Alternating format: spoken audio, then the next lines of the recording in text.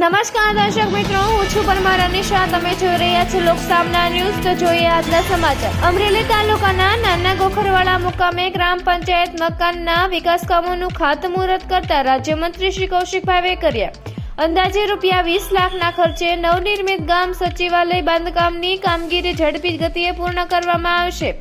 મુખ્યમંત્રી શ્રી ભૂપેન્દ્રભાઈ પટેલની સરકારે ત્વરિત નિર્ણય કરીને ઐતિહાસિક ₹10,000 કરોડનું કૃષિ રાહત પેકેજ જાહેર કર્યું.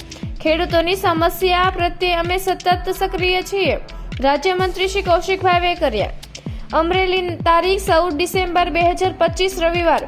સમગ્ર ગુજરાતમાં સતત અને અવિરત વિકાસ કાર્યો તેમજ ગતિથી આગળ ધપી રહ્યા છે. શહેરથી લઈને ગ્રામ કક્ષા સુધી આંતરમાળખાકીય સુવિધાઓનો વિકાસ થઈ રહ્યો છે. વિકાસની દોડમાં શહેર સાથે ગામડાઓની પણ પ્રાધાન્ય આપવામાં આવી રહ્યું છે.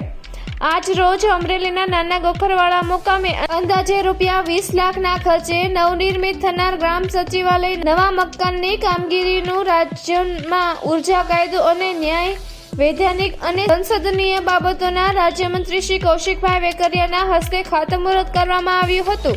તો ફરી મળીશું એક નવા સમાચાર સાથે. ત્યાં સુધી જોતા રહો લોકસામના ન્યૂઝ.